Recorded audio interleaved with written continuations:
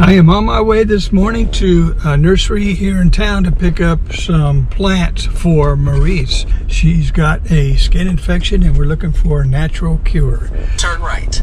Okay, let's go. I got you and your vibes in my mind. I can't get them out, no matter how hard I try. I need you and your heart next to mine. Yeah, I'm all about keeping it you and I. In 3/4 of a mile, turn right. Chemical reactions, your aura strikes like lightning. Got no words, I'm just drowning in attraction. Only one way to. So what I'm hoping to find this morning is hibiscus, which is supposed to be good for skin infections, and hopefully they have what I'm looking for. I don't really want to buy a plant right now, but I might just do it, and because we're moving next month and I can't really care for a plant when we're not here, so I'll probably give it to a neighbor if we can find the right thing. So let's go check it out here. Never been to this nursery before because we've never had a reason to buy anything, so let's see what they got. So this is one variety of hibiscus, I was told by the owner. And here's the other variety over here. So she gave me a couple leaves. So we'll get a couple leaves and see if that works. So we thought this would be a great opportunity to talk about the healthcare here in America versus the Philippines. And Maurice and I have been getting skin infections beginning actually when we were first in the Philippines. It started with me, and I got what's called a mata tiki, and I also got some carbuncles, and if you guys know what those are, that's going to be pretty nasty. And then other kinds of skin infections. When you were pregnant, Maurice was pregnant, she... That was mastitis. Mastitis from the nursing, Yes. which is quite common, and that was a really big one. So, but in the process, we learned about the differences between cost, of course, in America versus the Philippines, and the access to simple antibiotics in the Philippines versus the complex system involved in getting them over here and the high expense. So that's what I want to just mention here. And do you want to talk about what you paid last time you went to the doctor here, urgent care for a skin infection? Yes, for check-up, it's $120. And the antibiotic is like $13, I think. Yeah, that was with a discount card. Yes. 13 did, okay. And then in the Philippines, when we've had to take care of these infections, we would go to just down to the local sorry store. Yeah, across the street. Mm-hmm. And what that cost you? Oh, it's cheap. It's like, I think it's like 10 to 20 pesos. How much for the office visit there at the sorry store? There's no office visit. It's free. And what if you have to go to the doctor like I did one time at the Solomon Hospital? Yeah. I went over there to my Dr. Garcia, who I saw actually quite a few different times over there for just standard blood work and things like that. But when I had to just go in for the carbuncle, I had a bad carbuncle, a couple of them on my back over the time we've been back and forth to the Philippines. And that office visit, as I recall, was $6, and he's an internal medicine doctor. And wasn't that about $6 for me? No, every time visit is you have to pay 500 pesos. It's like $10. Oh, 500 pesos? Yes, I remember it. Okay. For visit. Was it? Oh yeah, 500 Yes. pesos. But now with the exchange rate so good, it's still like I guess $8 or $9. It might be 8, yeah. $9. Well, that's a hell of a lot cheaper than over here. Oh my God, I can't believe over here every time visit is $120. Yeah, just And for then- something simple that you know what it is already, and Just for the antibiotic, to get $13 worth of antibiotic, you have to pay $120. oh, by the way, the antibiotic wouldn't cost $13 over there either. No. And it's just the same quality, and it's the beauty of it in the Philippines is they don't hijack the antibiotics from you because they don't have the controlling AMA and Big Pharma doing what they do here in America. They got to control on every little thing. They got to make profit off of everything.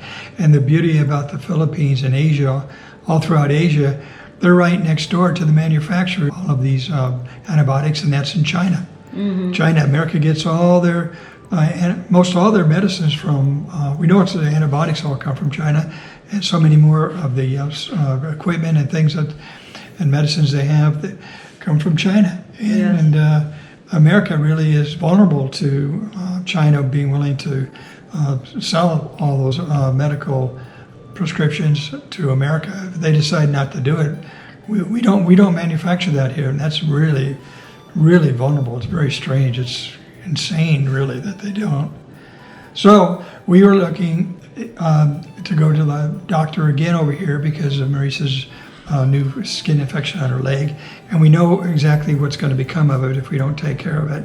It'll become a big swollen part where around the wound. And it's so funny because, well, it's not that funny. It ain't funny at all, really. It started with a little tiny, like acne, like a pimples. Yeah, like a pimple. And very tiny. Same All with of a me. sudden, they become bigger and swollen. and red. It's got a little And it has pussy a thing on pus. top. Yeah, disgusting. Yep, and even in the case with this one here, it broke open, which is good, and usually that's the end of it, but it looks like it's kind of stubborn.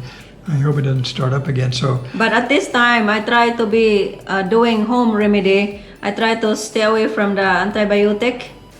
And then I try to use my mom's home remedy before, the hibiscus, because I remember when we have this before also when we were kids. Even right now, they still have it too over there. And then this is the home remedy. They just grab the hibiscus over there, the leaves or the flower, and then you just smash it like that, and then you put it to your awi. So in the Philippines, our home remedy is like this. See, there's the hibiscus. In the Philippines, we call it gumamila or antuanga leaves. And I remember my mom used to do this. To do it until the juice kind of came out a little bit.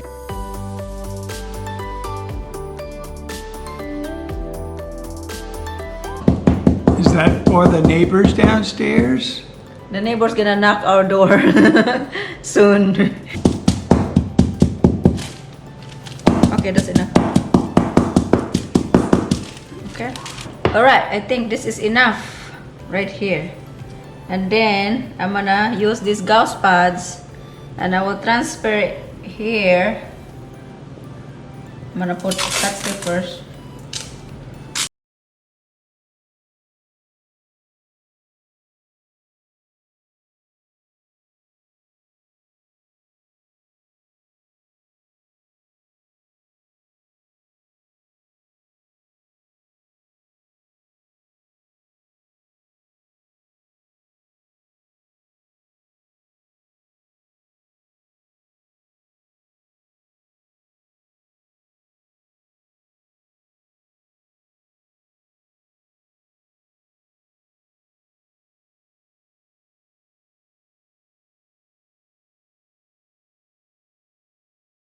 That's it, guys. It'd be really great if this works. We're going to give it a try, a really good try, and hopefully we can avoid the medical cartel and not have to go to the local clinic. And that would hopefully do it.